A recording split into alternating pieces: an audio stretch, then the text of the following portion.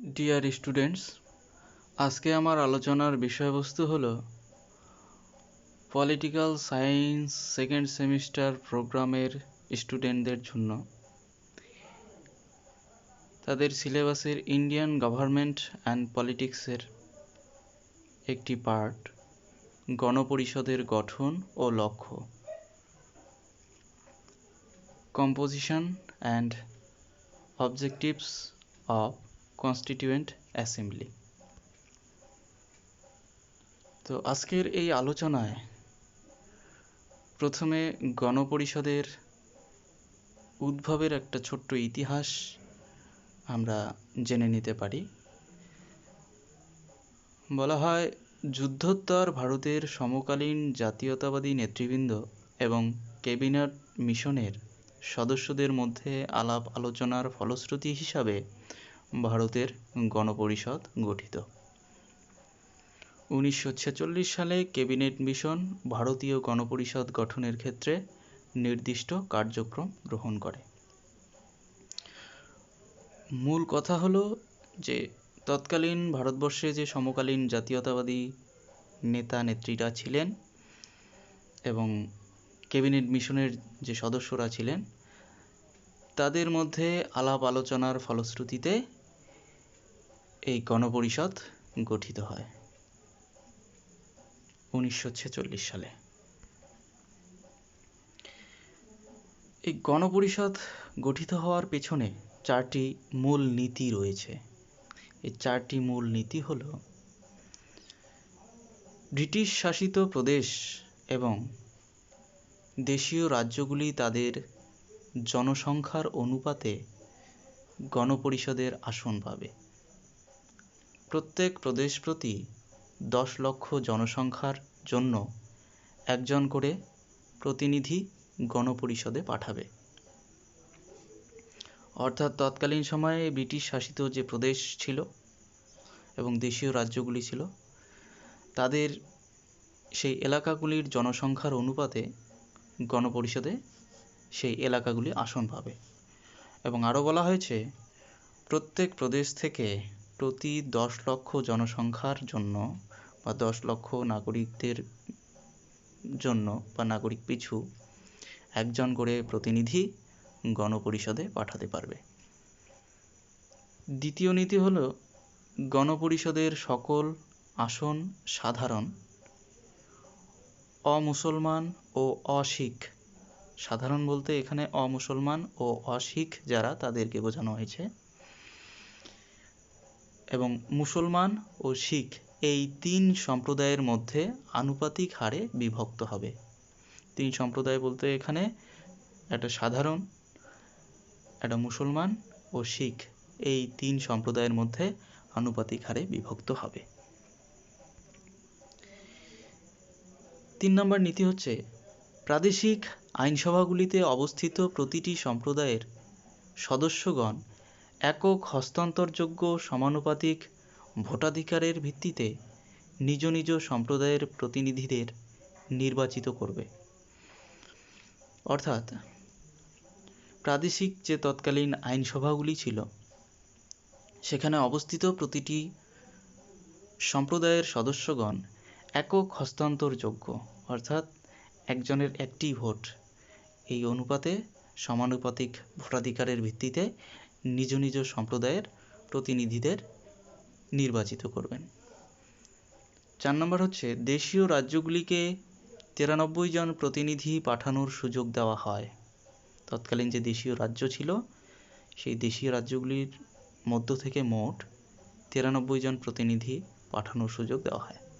গণপরিষদ ও দেশীয় নৃপতিদের মধ্যে আলোচনার ভিত্তিতে দেশীয় রাজ্যগুলির প্রতিনিধি মনোনয়নের ব্যবস্থার কথা বলা হয়। অর্থাৎ গণপরিষদ ও দেশীয় যে রাজা ছিল তাদের মধ্যে আলাপ আলোচনার ভিত্তিতে দেশীয় রাজ্যগুলির প্রতিনিধি মনোনয়নের ব্যবস্থার কথা বলা হয়। পরে গণপরিষদ ও দেশীয় রাজ্যের শাসকদের মধ্যে একটি চুক্তি হয়। সেই চুক্তিতে কি বলা হয়েছে? সেই চুক্তিতে ঠিক হয় যে 50% সদস্য নির্বাচিত হবেন এবং 50% সদস্য মনোনীত হবেন। অর্থাৎ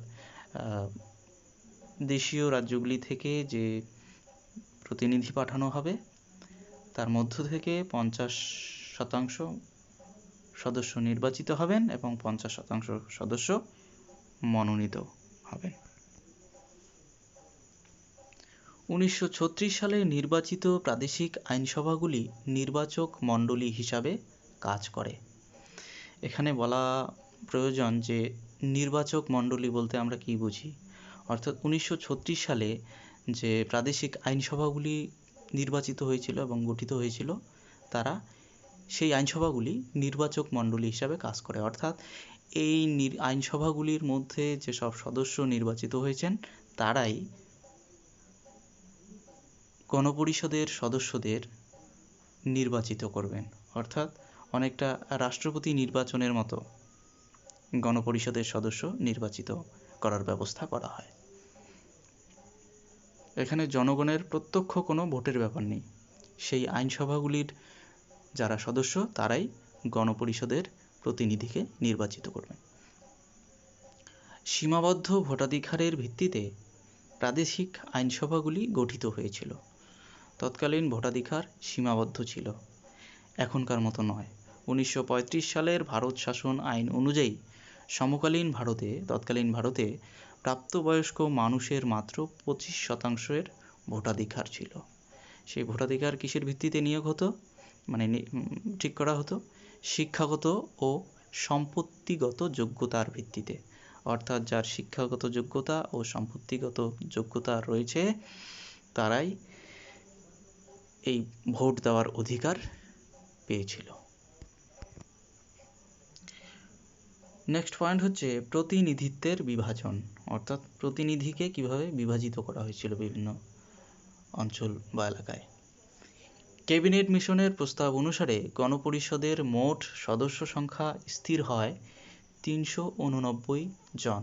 এর মধ্যে 11টি ব্রিটিশ শাসিত প্রদেশ থেকে আসবেন 292 জন সদস্য। ব্রিটিশ ভারতের জন্য নির্দিষ্ট এই আসনগুলি আবার সাম্প্রদায়িক ভিত্তিতে বিভক্ত হয়। অর্থাৎ হিন্দু, মুসলিম, খ্রিস্টান এইভাবে সাম্প্রদায়িকতার ভিত্তিতে বিভক্ত করা হয়। মুসলমানদের জন্য স্থির হয় 78টি আসন, শিখদের জন্য 4টি এবং সাধারণের জন্য অর্থাৎ জেনারেল ক্যাটাগরির জন্য 210টি আসন নির্দিষ্ট হয়। এছাড়া স্থির হয় 4 জন সদস্য আসবেন চিফ কমিশনার শাসিত প্রদেশগুলি। কতগুলি প্রদেশে চিফ কমিশনার ছিল, তারাই শাসন করত। সেই সমস্ত এলাকা থেকে 4 জন সদস্য আসবেন। সেই সমস্ত শাসিত এলাকাগুলি হলো যেমন দিল্লি, আজমির, মারওয়ারা, কুর্গ ও ব্রিটিশ বালুচিস্তান। এগুলি থেকে 4 জন সদস্য আসবেন এবং অনধিক 93 জন সদস্য আসবেন দেশীয় রাজ্যগুলি থেকে। তৎকালীন যে দেশীয় রাজ্য ছিল সেগুলির থেকে 93 জন সদস্য গণপরিষদে যোগ দেবেন। ক্যাবিনেট মিশনের প্রস্তাব অনুসারে গণপরিষদ গঠনের জন্য 1946 সালে জুলাই মাসে নির্বাচন অনুষ্ঠিত হয়। চিফ কমিশনার শাসিত 4টি আসন সমেত ব্রিটিশ ভারত থেকে মোট 296 জন সদস্য নির্বাচনের জন্য এই নির্বাচন অনুষ্ঠিত হয়। অর্থাৎ চিফ কমিশনার শাসিত 4টি আসন আর ব্রিটিশ ভারত থেকে মোট যে সদস্য 296 জন সদস্য নির্বাচন হবে, সেই নির্বাচনের ব্যবস্থা করা হয় 1946 সালে। তবে দিল্লি ও আজমির, মারওয়ারা থেকে যে 2 জন প্রতিনিধি কেন্দ্রীয় আইনসভায় ছিলেন তারা তাদের অঞ্চলের প্রতিনিধি হিসাবে স্বীকৃতি লাভ করেন। অর্থাৎ ইলেকশন বাদ দিয়ে তারা ইলেক্টেড হন সেই আইনসভায়।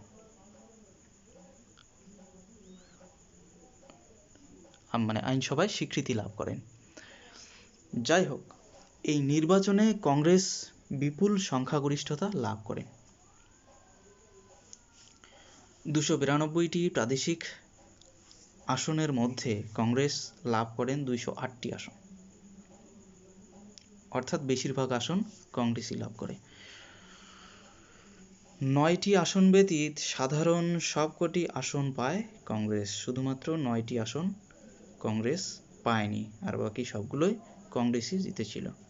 মুসলমানদের জন্য সংরক্ষিত 78টি আসনের মধ্যে মুসলিম লীগ 73টি আসন লাভ করে। কংগ্রেস টিকিটের 4 জন মুসলিম ও 1 জন শিখ নির্বাচিত হন। বাকি আসনগুলি কমিউনিস্ট, সোশ্যালিস্ট, নির্দল প্রভৃতি ক্ষুদ্র গোষ্ঠীগুলি লাভ করে, অর্থাৎ খুবই কম সংখ্যক আসন লাভ করে। গণপরিষদের দলগত অবস্থান ছিল এরকম: কংগ্রেস 208টি আসন, মুসলিম লীগ 73টি আসন, ইউনিয়নিস্ট 1টি, ইউনিয়নিস্ট মুসলিম 1টি, ইউনিয়নিস্ট তপশিলি জাতি 1টি, কৃষক প্রজা 1টি, তপশিলি জাতি ফেডারেশন 1টি, শিখ যে অকংগ্রেসি শিখ 1টি, কমিউনিস্ট 1টি, নির্দল 8টি। যদি দলগতভাবে বিচার করা যায় তাহলে কংগ্রেস 69% আসন লাভ করে। দেশীয় নৃপতিগণ 1947 সালে এপ্রিল মাস থেকে 1948 সালের নভেম্বর মাসের মধ্যে বিভিন্ন সময় তাদের প্রতিনিধি পাঠিয়েছিলেন। এই সময়ের মধ্যে দেশীয় নৃপতি বা দেশীয় রাজারা তাদের প্রতিনিধি পাঠিয়েছে গণপরিষদে। দেশীয় নৃপতিগণ প্রাথমিকভাবে মনস্থ করেছিলেন ভারতীয় গণপরিষদে সামিল না হওয়ার, এটাই তাদের মনস্থির করা হয়েছিল, তারা মনস্থির করেছিল। কিন্তু পরবর্তীতে কালক্রমে তারা গণপরিষদে প্রতিনিধি পাঠিয়েছেন। 1947 সালের 28শে এপ্রিল 6টি নৃপতি শাসিত রাজ্যের প্রতিনিধিরা গণপরিষদে যোগ দেন। ভারতীয় ডোমিনিয়ন অঞ্চল থেকে নির্বাচিত মুসলিম লীগের সদস্যরাও গণপরিষদে যোগ দেন।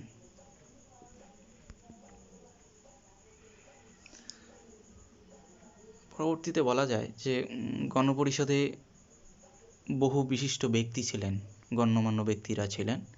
এদের মধ্যে উল্লেখযোগ্য হলেন সর্দার বল্লভভাই প্যাটেল, এখানে স্পেলিংটা একটু মিস্টেক হয়েছে, প্যাটেল হবে, পণ্ডিত জওহরলাল নেহেরু, ডক্টর বি.আর. আম্বেদকর, মৌলানা আবুল কালাম আজাদ, এইচ.এন. কুঞ্জুরু, তেজ বাহাদুর সপ্রু, সি রাজা গোপালাচারী, কে শান্তানাম, কে এম মুন্সি, আল্লাদি কৃষ্ণস্বামী আয়ার প্রমুখ ব্যক্তিত্ব। এখানে আরও একটা কথা বলা যায় যে যখন পাকিস্তান স্বাধীনতা লাভ করে তখন কিন্তু গণপরিষদের যে আসন সংখ্যা সেটা কমে যায়। কেন? সেটা যতজন সদস্য ছিল গণপরিষদে সেই সদস্য পাকিস্তান ও ভারতবর্ষের মধ্যে ভাগ হয়ে যায়। তাই আগে যতগুলো গণপরিষদের সদস্যরা ছিলেন তারা ভাগ হয়ে কিছুটা ভারতবর্ষে এবং কিছুটা পাকিস্তানের গণপরিষদে ডিভাইডেড হয়ে যায়। যাই হোক, এবার আসি গণপরিষদের উদ্দেশ্য বা লক্ষ্যগুলি সম্পর্কে আলোচনার বিষয়। তো গণপরিষদের উদ্দেশ্য বা লক্ষ্যগুলিকে কয়েকটি ভাগে বিভক্ত করে আলোচনা করা যেতে পারে। প্রথমত হলো অর্থনৈতিক লক্ষ্য। গণপরিষদের অর্থনৈতিক লক্ষ্য নির্ণয়ের ক্ষেত্রে যে উদারনৈতিক গণতান্ত্রিক আদর্শ সবচেয়ে বেশি প্রভাবশালী ছিল তার প্রমাণ পাওয়া যায় ব্যক্তিগত সম্পত্তির অধিকারকে মৌলিক অধিকার হিসাবে ভারতীয় সংবিধানে স্বীকৃতি দানের মাধ্যমে। বর্তমানে যেটা নেই, আগে এই সম্পত্তির অধিকারকে স্বীকৃতি দেওয়া হয়েছে মৌলিক অধিকার হিসাবে যখন সংবিধান তৈরি হয় সেই সময়। তাই বলা যায় যে গণপরিষদের অর্থনৈতিক লক্ষ্য নির্ণয়ের ক্ষেত্রে উদার গণতান্ত্রিক আদর্শকে বেছে নেওয়া হয়েছে। তবে সম্পত্তির অধিকারকে মৌলিক অধিকার হিসাবে স্বীকৃতি দিলেও ভারতীয় সংবিধান প্রণেতারা অর্থনৈতিক গণতন্ত্র তথা সমাজতান্ত্রিক আদর্শকে পুরোপুরি অস্বীকার করেননি। অর্থাৎ একদিকে অর্থনৈতিক গণতন্ত্র আর অন্যদিকে সমাজতান্ত্রিক আদর্শ দুটোকেই স্বীকার করা হয়েছে। গণপরিষদের বিতর্কে অংশগ্রহণ করে জওহরলাল নেহরু বলেছিলেন যে গণপরিষদের প্রধান কাজ হবে একটি নতুন সংবিধান প্রণয়নের মাধ্যমে ভারতকে স্বাধীন করা। ভারতের ক্ষুধার্ত মানুষের মুখে দুমুঠো অন্ন তুলে দেওয়া, বস্ত্রহীনে বস্ত্র দেওয়া এবং প্রত্যেককে তার যোগ্যতা অনুযায়ী আত্মবিকাশের সুযোগ প্রদান করা। যেখানে আমরা এক কথায় বলতে পারি যে এখানে সমাজতান্ত্রিক আদর্শকে তিনি উল্লেখ করেছেন জওহরলাল নেহরু। গণপরিষদের সভাপতি রাজেন্দ্র প্রসাদ ঘোষণা করেছিলেন দারিদ্র্যের অবসান ঘটানো, বৈষম্য ও শোষণের বিলোপ সাধন এবং সুষ্ঠু জীবনযাত্রার উপযোগী পরিবেশ সৃষ্টি করাই হবে গণপরিষদের লক্ষ্য। অপরদিকে ডাক্তার সর্বপল্লী রাধাকৃষ্ণান ভারতের সামাজিক অর্থনৈতিক বিপ্লব সাধনকে গণপরিষদের মূল লক্ষ্য বলে উল্লেখ করেন। অর্থাৎ এতক্ষণ ধরে আমরা যাদের বক্তব্য জানলাম গণপরিষদ সম্পর্কে, তাদের উদ্দেশ্যই ছিল একদিকে অর্থনৈতিক গণতন্ত্র, অন্যদিকে সমাজতান্ত্রিক আদর্শকে ভারতীয় সংবিধানে স্থান দেওয়া। তিনি আরও বলেন, আমরা গণপরিষদে সমগ্র ভারতবাসী স্বরাজের জন্য কাজ করছি। গণপরিষদে আমাদের লক্ষ্য হবে জাতি, ধর্ম, সম্প্রদায় নির্বিশেষে দেশের সাধারণ মানুষের মৌলিক প্রয়োজন পূরণ। এবার অস্টিন বলেছেন, গণপরিষদের লক্ষ্য ছিল এমন এক সংবিধানের রূপরেখা প্রণয়ন যা সামাজিক বিপ্লবের চূড়ান্ত লক্ষ্য পূরণ করবে। গণপরিষদের অপর এক প্রভাবশালী সদস্য আম্বেদকর অর্থনৈতিক গণতন্ত্রের ইকোনমিক ডেমোক্রেসির আদর্শ প্রতিষ্ঠাকে ভারতীয় সংবিধানের অন্যতম প্রধান লক্ষ্য বলে ঘোষণা করেন। অর্থাৎ অর্থনৈতিক গণতন্ত্রকে তিনি একটু গুরুত্ব দিয়েছেন। তবে মনে রাখতে হবে, নেহরু প্রমুখ নেতা যে সমাজতান্ত্রিক আদর্শের কথা বলেন তা আসলে গণতান্ত্রিক সমাজতন্ত্র, ডেমোক্রেটিক সোশ্যালিজম। এটা হলো এমন এক সমাজতন্ত্র যেখানে গণতন্ত্রও থাকবে আর একদিকে সমাজতন্ত্রও থাকবে। অর্থাৎ গণতন্ত্র আর সমাজতন্ত্রের একটা মিশ্রিত রূপ হচ্ছে ডেমোক্রেটিক সোশ্যালিজম। মার্ক্সীয় সমাজতন্ত্র নয়, অর্থাৎ মার্ক্সের যে সমাজতন্ত্র সেটাকে স্বীকার করা হয়নি। তাদের বিশ্বাস ছিল এই ধরনের সমাজতন্ত্রের মাধ্যমে ব্যক্তি স্বাতন্ত্র্যবাদ ও সাম্যবাদের মধ্যে সামঞ্জস্য বিধান সম্ভব হবে।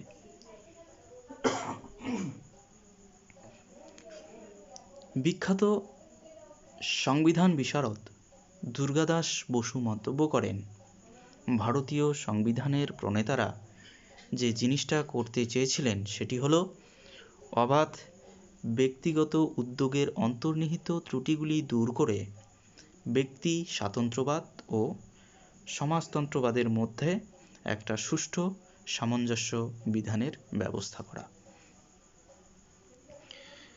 অর্থাৎ দুর্গাদাস বসুর মন্তব্যে এখানে এক কথায় বলা যায় যে ব্যক্তি স্বাতন্ত্র্যবাদ অর্থাৎ ব্যক্তির একটা স্বাধীনতা থাকবে, ব্যক্তিকে গুরুত্ব দেওয়া হবে এবং একই সাথে সমাজতন্ত্রবাদের মধ্যে একটা সুষ্ঠু সামঞ্জস্য বিধানের ব্যবস্থা করতে হবে।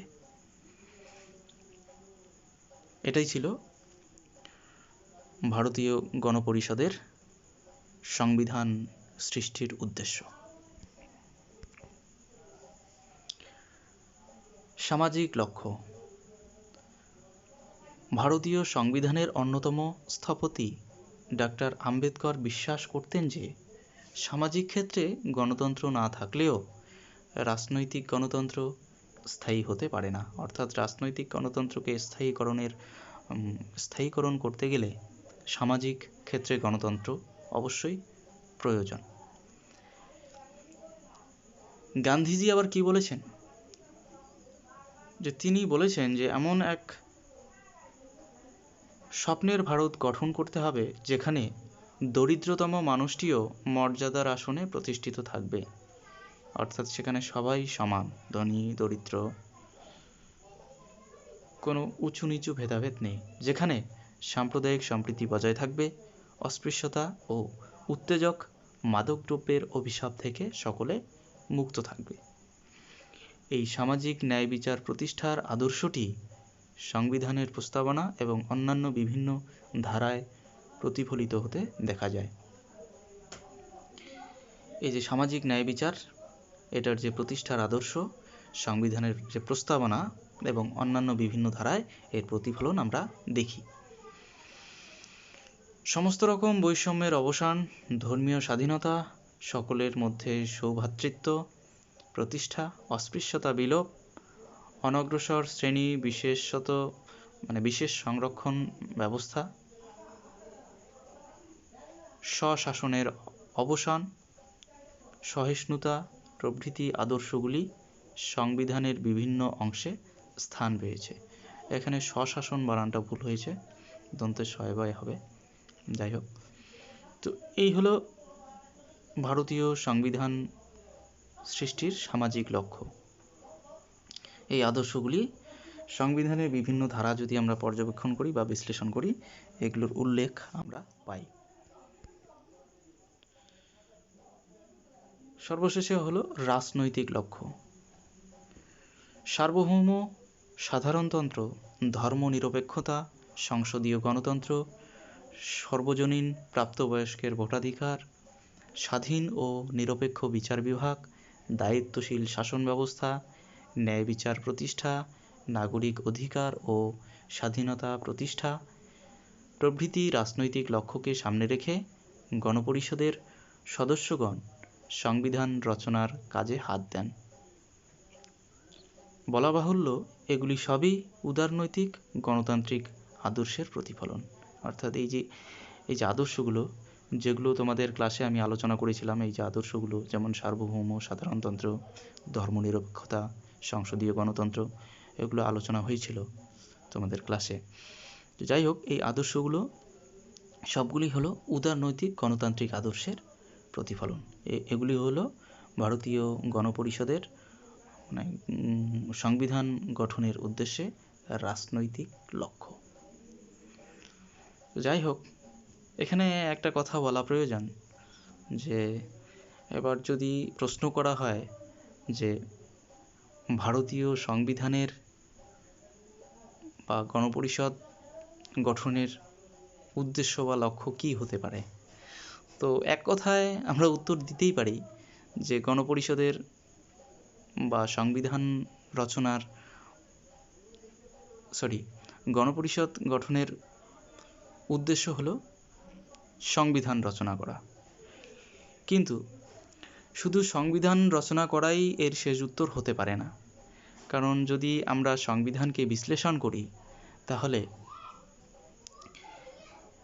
গণপরিষদের যে উদ্দেশ্য বা লক্ষ্য, সেগুলি আমরা স্পষ্ট তার প্রতিফলন পাই ভারতীয় সংবিধানে। তো এক কথায় উত্তর হতেই পারে যে গণপরিষদের উদ্দেশ্য কি, সংবিধান সৃষ্টি করা বা প্রতিষ্ঠা করা, সংবিধান তৈরি করা। কিন্তু তার সাথে সাথে আমরা যেহেতু রাষ্ট্রবিজ্ঞানের ছাত্রছাত্রী, সেই জন্য শুধু এক কথায় উত্তর দিলেই হবে না, সেই সাথে সাথে আমাদের কাজ হলো যে ভারতীয় সংবিধান তার আদর্শ বা লক্ষ্যগুলিকে ব্যাখ্যা বিশ্লেষণ করা। তো আমরা যদি ভারতীয় সংবিধানকে বা সংবিধানের বিভিন্ন ধারা এবং প্রস্তাবনাকে বিশ্লেষণ করি, তাহলে এই উদ্দেশ্য বা লক্ষ্যগুলি আমাদের চোখের সামনে ভেসে ওঠে। তো যাই হোক, আজকের আলোচনা এই পর্যন্তই। Thank you.